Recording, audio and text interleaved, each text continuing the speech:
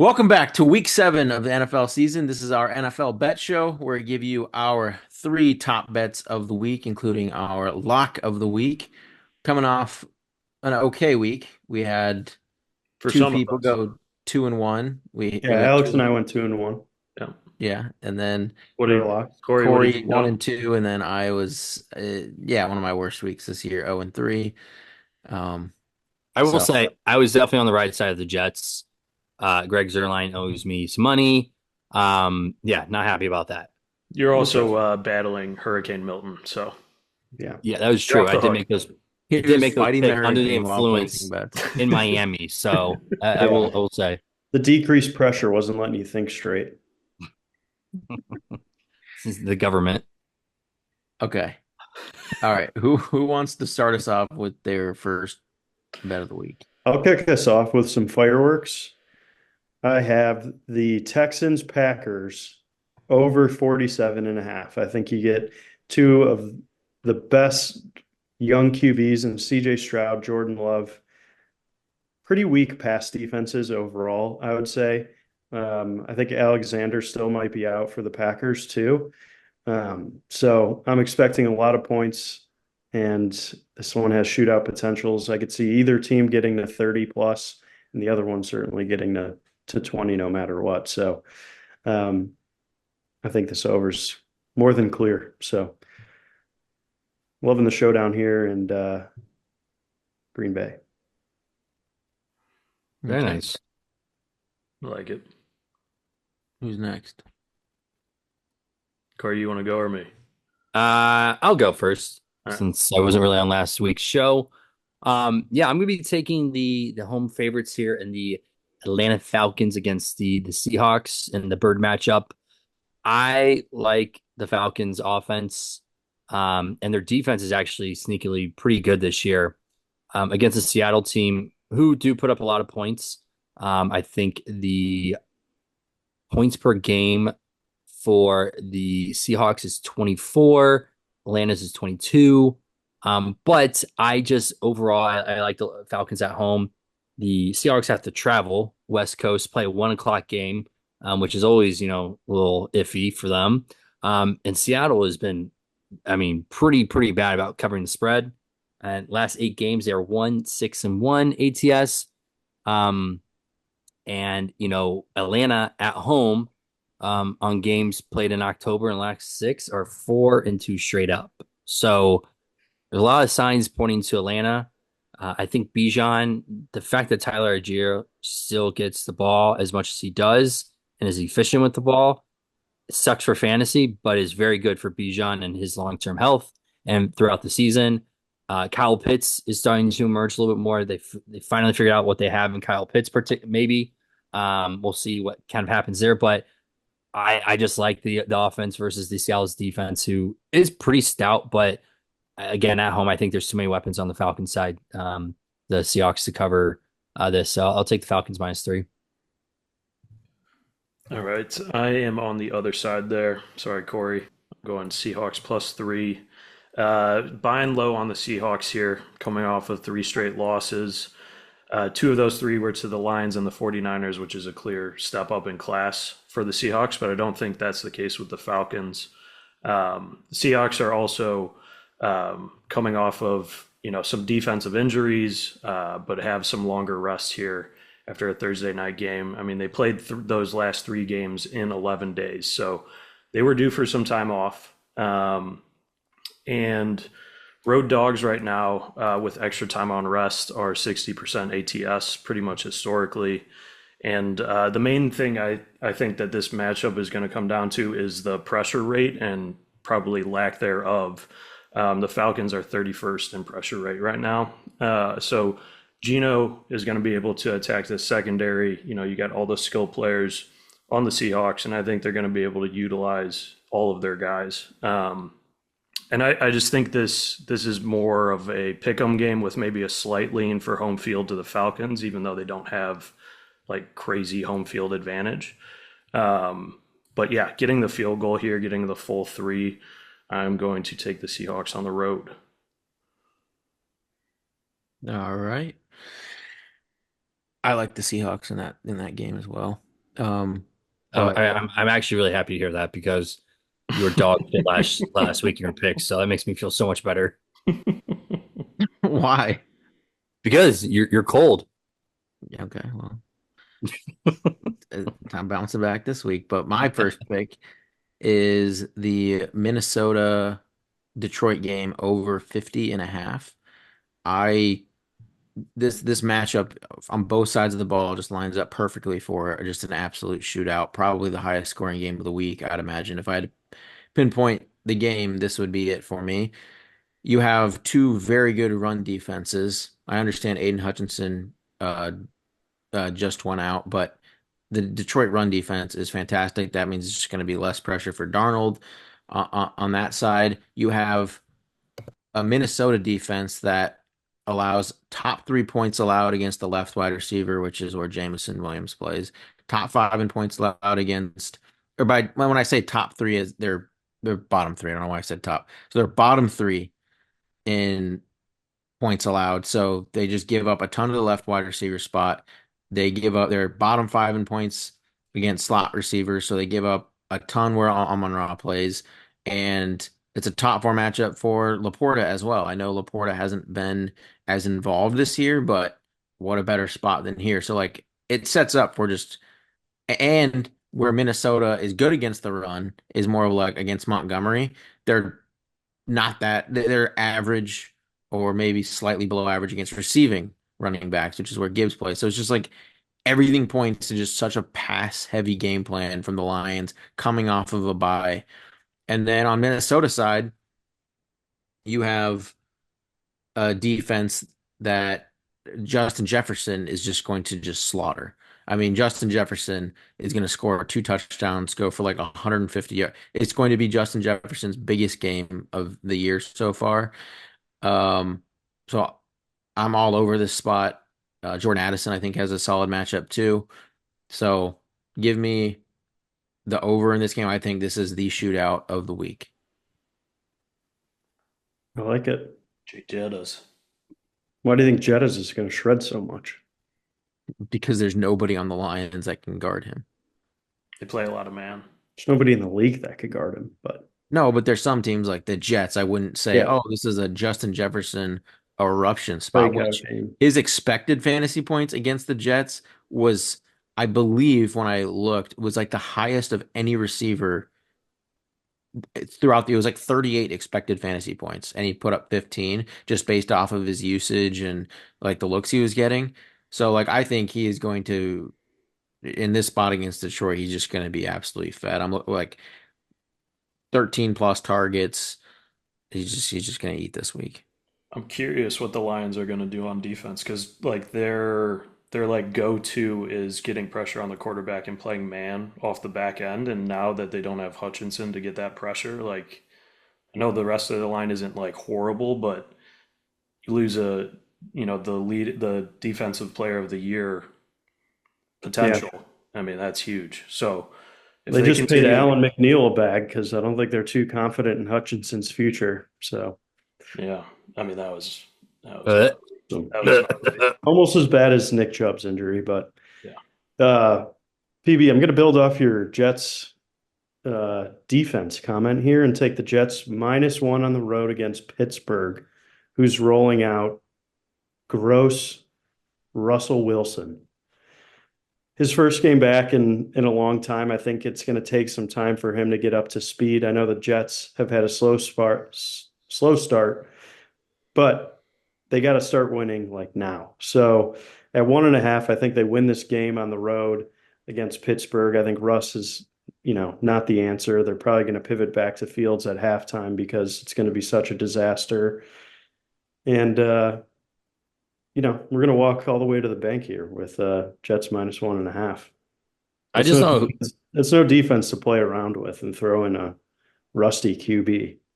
Yeah, who do they even throw to? I mean, George Pickens, and then it's Van Jefferson. Like, I Yeah, mean, but George Pickens, because the Jets play a lot of man, don't they? Like if there's one like guy that can just still like he's such a good receiver, he can beat those guys. Like it's I don't think he can They'll have to just. get the I think ball. I think Sauce Gardner's going to lock him up. They're going Yeah. to have a hard time running the ball in that defense.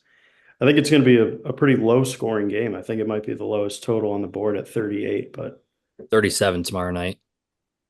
no, second lowest. Yeah. But I still like the Jets here. They got to win. Yeah. All right. Well, I'll take it from here. I'm taking another home favorite, the Green Bay Packers at home against the Texans. They're getting -3 points here. The Texans have allowed a touchdown on nearly 70% of opponents' red zone trips. Obviously, Nico Collins is out, and on the flip side, Packers are rolling and the league in both explosive play rate and takeaways. Um, I don't. I mean, Jordan Love has been very, very good. That offense is clicking again since his injury. Uh, the Texans, on the other hand, they struggle at times here and there. Their defense is not as good as it is on paper, I don't think. Obviously, their offense with Joe Mixon back was they were expected to win that game last week against the Patriots, but I think this is a game where Nico Collins not being there is going to hurt them. So give me the Packers -3 here. And the Houston Texans are 1-7 ATS, and their last 8 games played in week 7. So I mean that is so bad. And I missed that. I mean, and Green Bay is 8-2 ATS in the last 10. So give me the Packers -3 at home. All right. My second pick of week 7 is going to be the Bengals Browns under 41.5. Nick, I prefaced this before we recorded, but if you want earmuffs, No, right no. now might be I'm here might to be the face the time. music. All right. So the Browns have yet to score 20 points and have 200 yards passing in a game this year. Any guesses on the last team to do that through the first 6 weeks? Probably I don't like know. the Browns of when they went 0-16. Hugh 99 Jackson Browns. Browns The 99 Browns, even before that. Oh, and Couch Before that. Browns. Yeah. Yeah. So Deshaun's last 300-yard game was over 3 years ago. Um, Jamarcus Russell, for reference, lost 63.8 points EPA per dropback in weeks 1 through 6 in 2009. It was the record low until this year with Deshaun Watson giving up 66.2 EPA points through the first 6 weeks. Um, I was looking at all those stats, and initially I was going to take Bengals -5.5, but I then looked at the other side. The Browns always play Burrow very tough. He's 1-4 straight up versus the Browns, and 0-3 straight up on One the and road. five. 1-5 potentially. I mean, the under could still hit. I'm planting my flag on that one. You've got Nick Chubb coming back, which I know Nick is going to touch on, but Amari Cooper obviously gone. So I think you're going to see a lot more heavy sets, a lot of 22 personnel, a lot more runs, slowing the clock down. But I just think all in all, the Browns have thrown in the crusty towel for the year. And I think the Bengals are going to still struggle a little bit. So I'm going to take the under here in the divisional matchup. That's always got some tough games going. You could have thrown in a little third down conversion percentage as being league worst, but I digress. Yeah, I figured I'd piled it on enough. You know, Sorry. All right. Can't send me to My- hell if I'm already here. Before I give my pick, I will say that Texans pick. I'm all over the Texans there, but they weren't in my 3, but they were debatably one of my 3. So you're saying I'm going to regress this week? That's not good for you, Corey. I Anyway, mean, okay, go ahead. Is that one of your picks, or you just no, No. I just wanted to say because Houston was this close to being one of my 3, and I ended up going with this game over it. So I'll get to my pick. It's Giants Philly over 43. I get it's a divisional matchup, but I just think, I mean, this last year, I believe they played. I forget if it was it this year or last year. Last year, the year before that they went to the playoffs and played each other. It Oh, definitely wasn't last year, I don't yeah, because think. the Giants didn't. Eagles lost to Tampa last year. It was 2 years ago. Yeah, okay. Well, the Okay. last three times these teams have played, I mean, it's gone, or one of the games went under, the other two it went over, and that's when you had, you know, Daniel Jones playing with absolutely nobodies. Now you get Malik Neighbors, who looks like he practiced, should be suiting up this week. And I know the Eagles, there's a, you got Cooper DeJean in there now, which I definitely thought could be their best corner, and you got Quinion Mitchell, but I think Malik Neighbors is going to line up with Quinion Mitchell most of this game. And again, I was not a huge Quinion Mitchell guy coming in to this season, and I think Malik Neighbors is going to shred that matchup. And you got Saquon in a revenge game. I could see them just wanting to feed Saquon and get him like as many touchdowns as he could possibly get. I mean, this game is going to mean a ton to Saquon.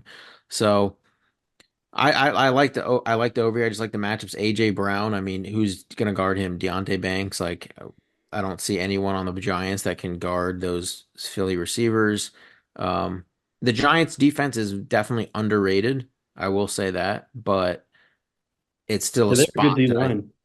yeah, they're gonna be able to get some pressure on Hurts, I think, but I think it'll just lead to just this game. I think will end up leading to just a lot of points. You also have two very mistake prone quarterbacks, which could lead to pick sixes, fumble recovery for touchdowns, or just like short fields on interceptions. So I like the over in this spot.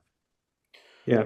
The Giants haven't honestly been all that bad without Neighbors. I think he adds obviously a huge element to that Yeah. offense, and he looks like Wandell is just a one of the really best good in the league, but possession guy. they don't Well, look as bad as the Browns, which leads me into my lock of the No, week. no, no, no, no. Alex What? goes first. I'm Oh, on the sorry. opposite side of PB here. Yeah. I'm on Oh, the my under bad. as my lock of the week. Um, you touched on it being a revenge game for Saquon. I do think they feed him, which leads to clock bleeding. And just from a vibes standpoint, someone needs to check on Nick Sirianni. That man is losing his mind. He shaves his head. He's flying off the handle at fans after the game, playing Many Men by 50 Cent just on repeat at practice. Like, he is not in a good place. Philly is eating that man alive, and the vibes are very bad out of there. You know Um, what the craziest thing is he brought his son to the press conference and used no, him as a human shield out there. exactly. Yeah, I was gonna say, It's so why he messed did up. that. Yeah, yeah. Why would you put that kid in a line of fire with you? Don't Uh, bring him down with you. But yeah, no, I mean, the reason he's losing his mind is because the Eagles have been pretty underwhelming for about a year now, about an entire season worth of underperforming and just being not living up to expectation after that Super Bowl run. Um, Hertz on top of it is 19 and 11 to the under on the road and 9 and 3 starting last year to the under. Um, and the Giants were only able to put up 7 points against a bad Bengals defense. I know they're getting Malik Neighbors back, but I don't think he's worth much more than a touchdown. So neither left tackle is playing in this game for either side, which again is going to lead to pressure with a good Giants defensive line. And neither of these quarterbacks are good under pressure. Mistake prone, like PB said, which I know can lead to some, reversing field situations and add some points. But I just think it inevitably, mucks up the game. And, these divisional matchups, they're always tough. And so my lock is the under 43 and a half. All right. Well, someone's going to be right there. Since we've, spoken so highly about the Browns, I'm going to submit my favorite lock of the week as Browns +6. We got the Bengals coming to town. We are Joe Burrow's kryptonite, 1-5 against us. He can't handle the heat. We send him right out of the kitchen. And the biggest story of this weekend is going to be the comeback of Nick Chubb. We're going to get back to our brand of Browns football.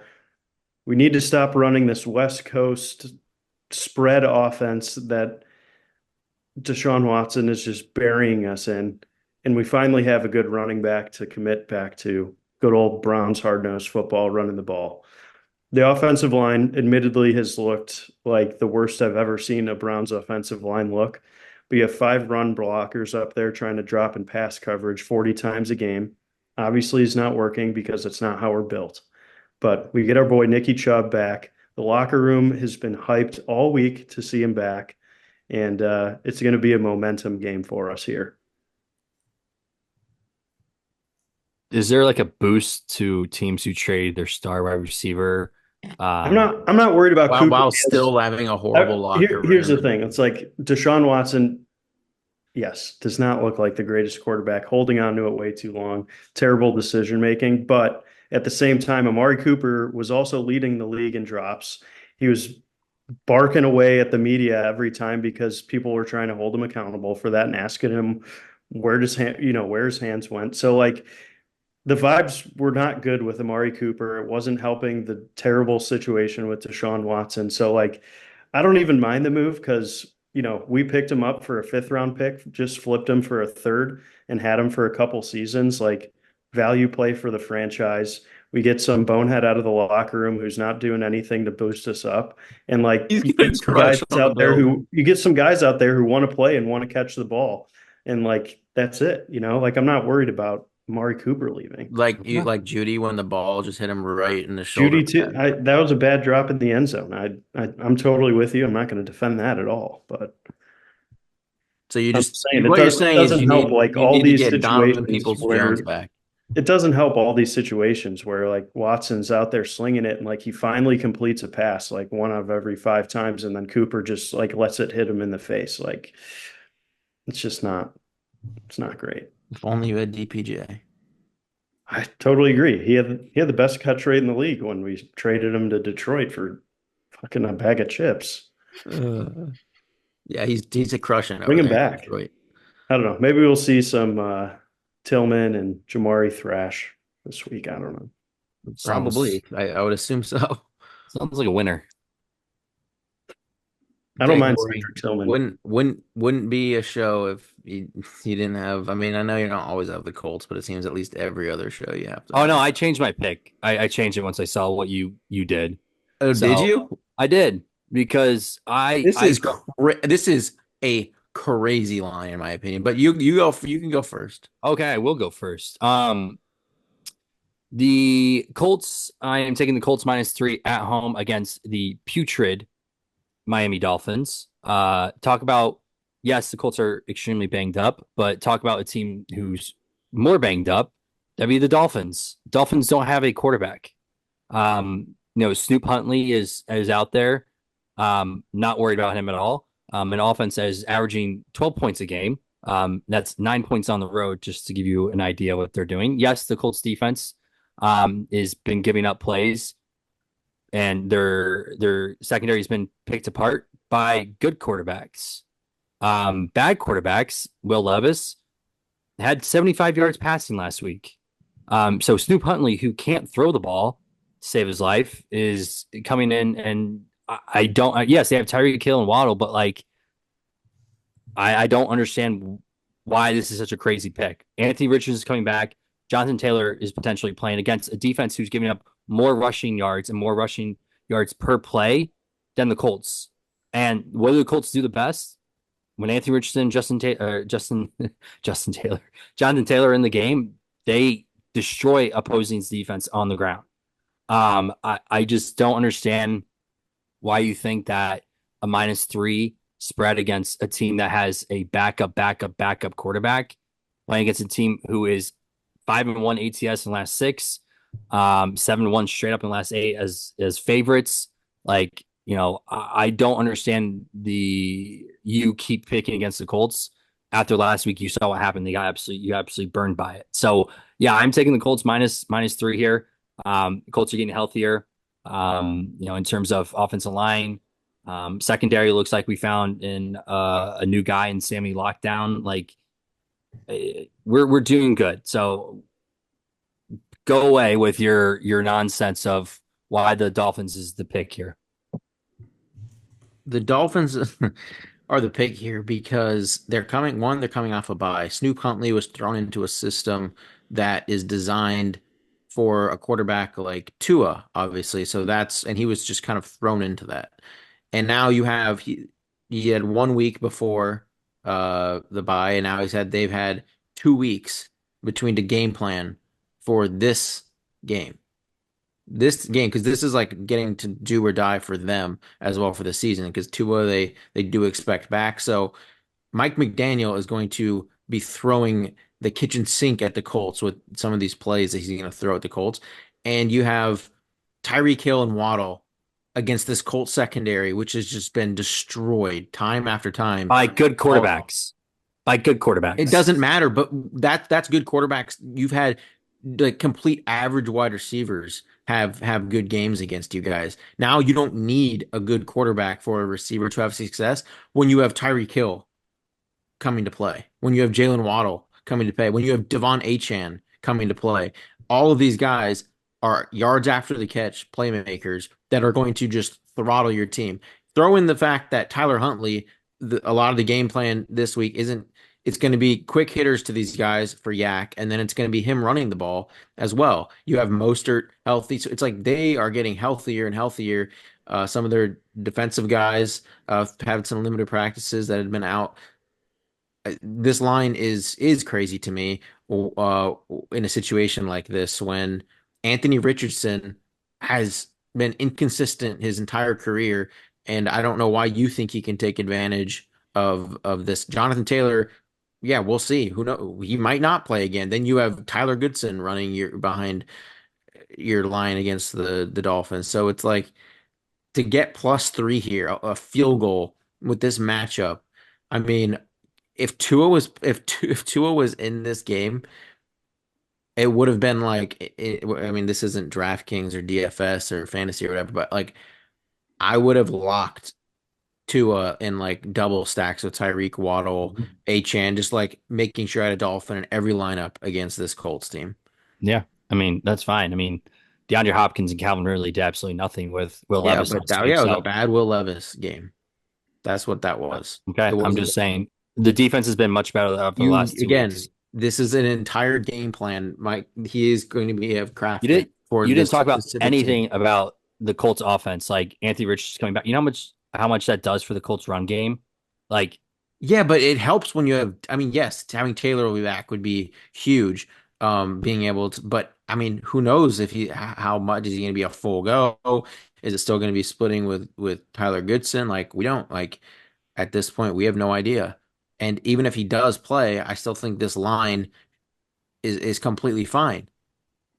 So all again, right, it has to do with just the matchup on the of that secondary going up against Tyreek and Waddle.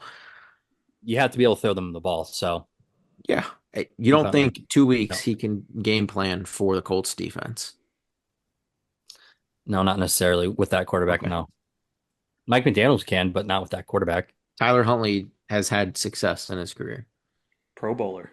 Yeah, okay. He was like a Pro Bowler that was put in because everyone else didn't want to go. So He's had some big games. So I wish we did a DFS show this year because we'd be talking about Huntley a lot. At least I would.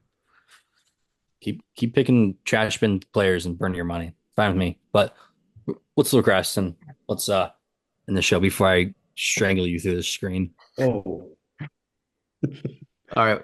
That'll football. do it for week 7. We'll see. We'll see next week. I'm sure this will be discussed when we recap week 6.